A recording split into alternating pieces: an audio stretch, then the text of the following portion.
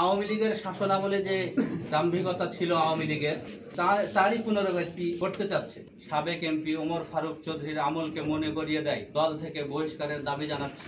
আমাদের দেশ নায়ক তারেক রহমান 31 দফা কর্মসূচি ঘোষণা করেছে, তারই বাস্তবায়নের লক্ষ্যে এই প্রচারের জন্য লিফলেট বিতরণী অনুষ্ঠান করার জন্য বিশিষ্ট শিল্পপতি ও রাজশাহী 1 আসনের ধানেশীষের মনোনয়ন প্রত্যাশী অ্যাডভোকেট সুলতানুল ইসলাম তারেক, গোদাগাড়ী উপজেলা বিএনপির সহ বিভিন্ন যুবদল, ছাত্রদল, স্বেচ্ছাসেবক দল সহ উনি তানোর বিএনপির নেতৃবৃন্দ ও বিভিন্ন সংগঠন, ছাত্রদল, যুবদল সহ তানোর থানার বিভিন্ন পাড়া মহল্লায় লিফলেট বিতরণী অনুষ্ঠানের জন্য তিনি যান।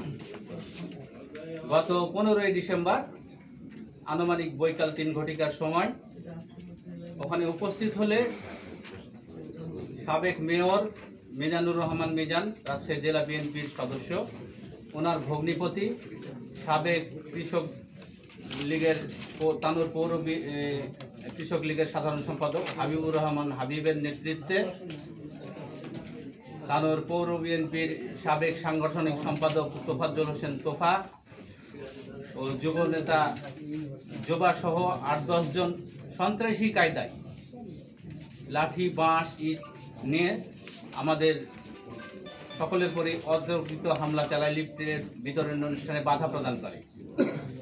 এক পর্যায়ে আমাদের প্রবীণ বিএনপির এক কর্মী, উনি আপনারা দেখতে পাচ্ছেন আঘাতপ্রাপ্ত হয়েছে মাথায় এবং চোখে।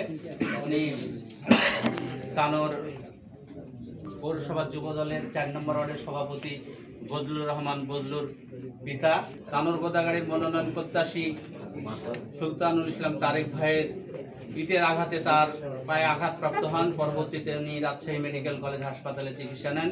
আমার বাধার ইউনিয়নে প্রোগ্রাম ছিল, ওখানে যেতে বাধা সৃষ্টি করে বিভিন্ন কায়দায়, এবং এখন পর্যন্ত তারা শুধু এটা করে ক্ষান্ত হয়নি।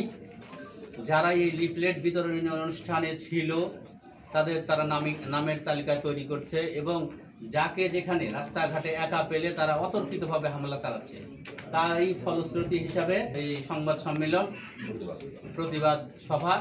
আওয়ামী লীগের শাসনামলে যে দাম্ভিকতা ছিল আওয়ামী লীগের তারই পুনরাবৃত্তি করতে চাচ্ছে।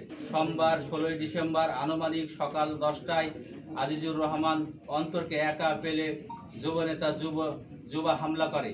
হামলায় আহত হয়ে 1 ঘন্টা তিনি জ্ঞানহীন ছিলেন।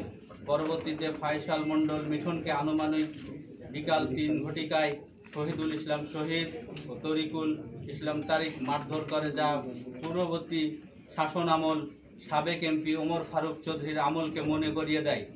অতএব নিবেদন এই যে হামলাকারীদের সাংগঠনিকভাবে ব্যবস্থা নিয়ে দল থেকে বহিষ্কারের দাবি জানাচ্ছি। 5ই আগস্টের পর মিজানুর রহমান মিজান পুকুর দখল, বীজ দখল সহ বিভিন্ন অপকর্মে চলমান রেখেছে। তানোরে আওয়ামী লীগী কায়দায় তিনি মিজানীয় তন্ত্র কায়েম করার চেষ্টা করছে। ওখানে আমরা থানাকে অবগত করছি, তারা কোনো ব্যবস্থা নেয় নাই। তানোর এবং গোদাগাড়িতে দীর্ঘদিন গ্রুপিং আছে, এই গ্রুপিংয়ের পরিপ্রেক্ষিতে করছে।